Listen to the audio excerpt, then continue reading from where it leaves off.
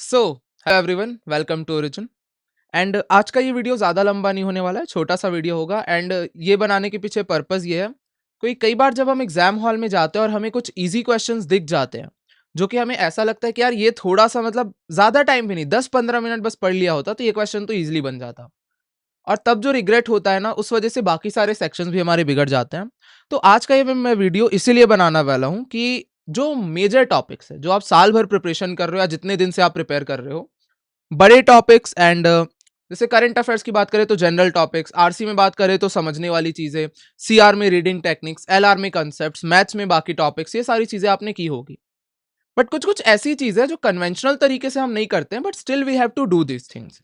तो ये सारी चीजों को आपको एक्सप्लेन करने के लिए आज के लिए मैंने ये वीडियो बनाया है। एंड इस वीडियो में मैं सारे सेक्शन के बारे में बात करूंगा। Will be talking about QT. मेनली हम क्यूटी, पीवाईक्यूज एंड जीके के बारे में बात करेंगे, बाकी दोनों में ऐसा सच कुछ है नहीं। QT, RC, CR, then we'll be talking about PYQ and GK plus legal reasoning. तो जितने भी हमारी चीजें हैं सबके बारे में हम बात करेंगे। ज्यादा लंबी वीडियो होगी नहीं, just stay till the end. And उसके बाद आपको वो रिग्रेट एग्जाम वाले दिन होगा नहीं। तो चालू करते हैं अपने इस वीडियो को। सबसे पहले हम बात करते हैं क्वांट्स की, कि कौन कौन से ऐसे टॉपिक्स है जो आपको क्वांट्स में करके जाने हैं, ताकि आपको उस दिन ज्यादा ऐसे रिग्रेट ना हो कि इजी क्वेश्चन आ गया मुझसे बन जाता। देखो, एक चीज ध्यान में रखना, मैं ये इस पर्सपेक्टिव से नहीं बता रहा हूं कि अगर क्वेश्चन पेपर टफ आया तो आपसे कैसे बनेगा। मैं ये सोच के बोल रहा हूं कि अगर इजी आ गया तो आपको रिग्रेट नहीं होना चाहिए कि मेरे से ये बन जाता, इजिली मेरे से ये क्वेश्चन जो है वो बन सकता था। तो देखो, सबसे पहले क्वांट्स में आपको मैंने एवरेज बताया हुआ है कौन कौन सी चीजें करनी होती हैं।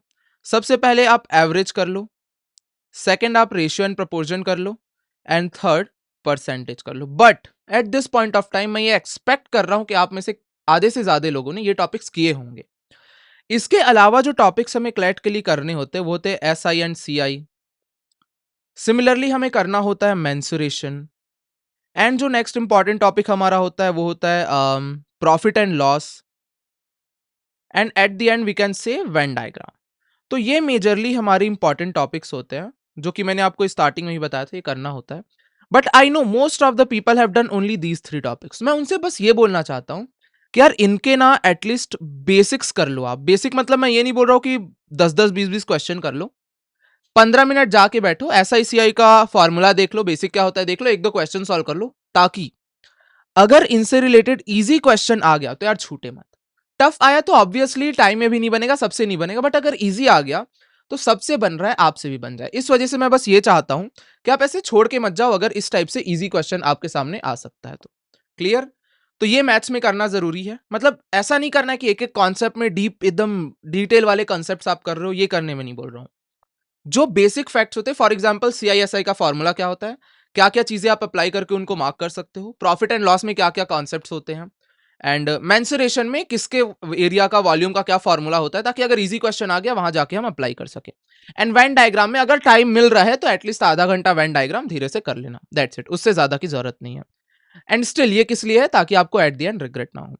सेकेंड चीज जिसके बारे में मैं आपको बात कर रहा था, क्योंकि मैं हमेशा बोलता हूं, आज ही मैं एक सेशन ले रहा था तो मैंने काफी सारे स्टूडेंट्स को देखा कि वो कोचिंग का मॉक सॉल्व करते हैं। कोचिंग के मॉक में आपको पता होगा पीवाईक्यू से टफ लेवल के मॉक्स आते हैं।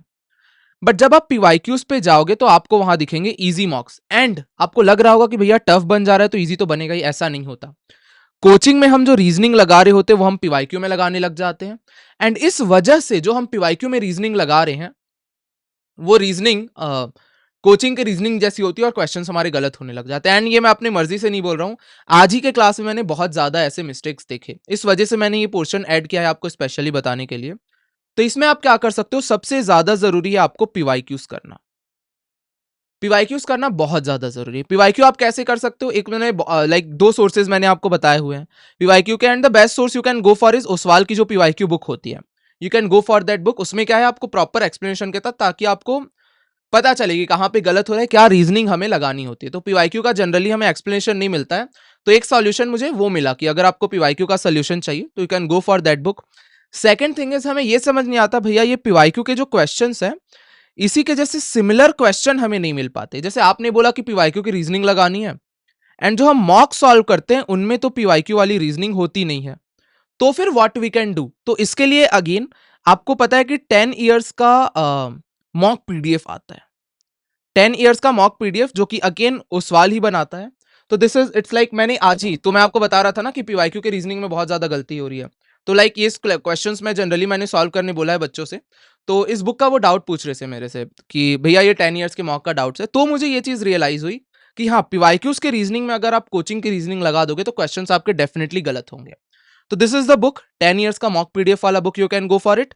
एंड द पीवाईक्यू वाला if you want to, but at least this one you should do, क्योंकि इससे आपको पता चलेगा पीवाईक्यू में रीजनिंग क्या होती है। And this is very important. Like ये मैं ऐसे ऑल्टरनेटिव भी नहीं बता रहा हूँ, ये बहुत ज्यादा इंपॉर्टेंट है। आपको सीरियसली पता चल जाएगा कि पीवाईक्यू में क्या रीजनिंग यूज होती है। एंड इन दोनों का लिंक आपको मेरे डिस्क्रिप्शन में मिल जाएगा। So this is one thing जो कि आपको पीवाईक्यू के पर्सपेक्टिव से करना चाहिए, ताकि आपकी वो रीजनिंग बिल्ड हो सके कि क्या क्या पीवाईक्यू में हमें रीजनिंग देनी होती है। नेक्स्ट थिंग जिसके बारे में मैं बात करना चाहता हूं, इट इज आरसी। ज्यादा मैं आपका टाइम नहीं लूंगा, जस्ट रैप अप करते हैं थोड़ी देर में। तो रीडिंग कॉम्प्रहेंशन की जब बात आती है तो हम बहुत सारी चीजें यहां पे मिस कर जाते हैं, क्योंकि हमें क्या लगता है कि रीडिंग कॉम्प्रहेंशन है, मार्क कर देते हैं, बट एट द एंड हमें ये लगने लगता है कि इनमें से कुछ भी चीज यार एग्जाम के 1-2 दिन पहले अच्छे से रिवाइज करके चले ही जाना, ताकि उस दिन फिर रिग्रेट मत हो कि यार ये कर लेता तो बन जाता।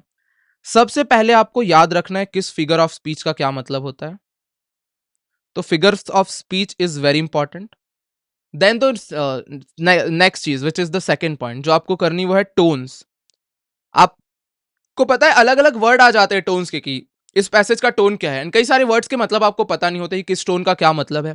तो ये जरूर कर लेना कि टोन्स के मीनिंग आपको याद रखें। मैं वर्ड मीनिंग याद करने नहीं बोल रहा हूं, एटलीस्ट टोन का मीनिंग आप याद रख सकते हो, ज्यादा लंबा काम नहीं है। Third point is types of passage. Again किस पैसेज का क्या मीनिंग होता है, तो ये आप जरूर ध्यान में रख लेना किस टाइप के पैसेज को हमें कैसे जानना होता है कि कौन सा पैसेज है। एंड एट द एंड, ज्यादा इंपॉर्टेंट नहीं बट स्टिल अगर आपको नहीं आता तो पार्ट्स ऑफ स्पीच थोड़ा सा कर लेना। क्योंकि अगर देखो नॉर्मल अगर पैसेज आया तो आपको आता है सॉल्व करना, अगर अलग टाइप से कुछ आ गया इस टाइप से तो आपको मतलब ये क्वेश्चन में पता है क्या याद करने वाली चीजें हैं, एंड पहले से आपको पता है यही गिने चुने कुछ क्वेश्चंस आने वाले हैं। तो अगर वो याद करने वाला चीज है तो पहले से याद करके चल दो। तो इनको मेक श्योर आप भूलना मत, क्योंकि फिर फ्री के मार्क्स से आप इन्हें छोड़ नहीं सकते। इसी वजह से मैं स्पेशली ये वीडियो आपके लिए बना रहा हूं।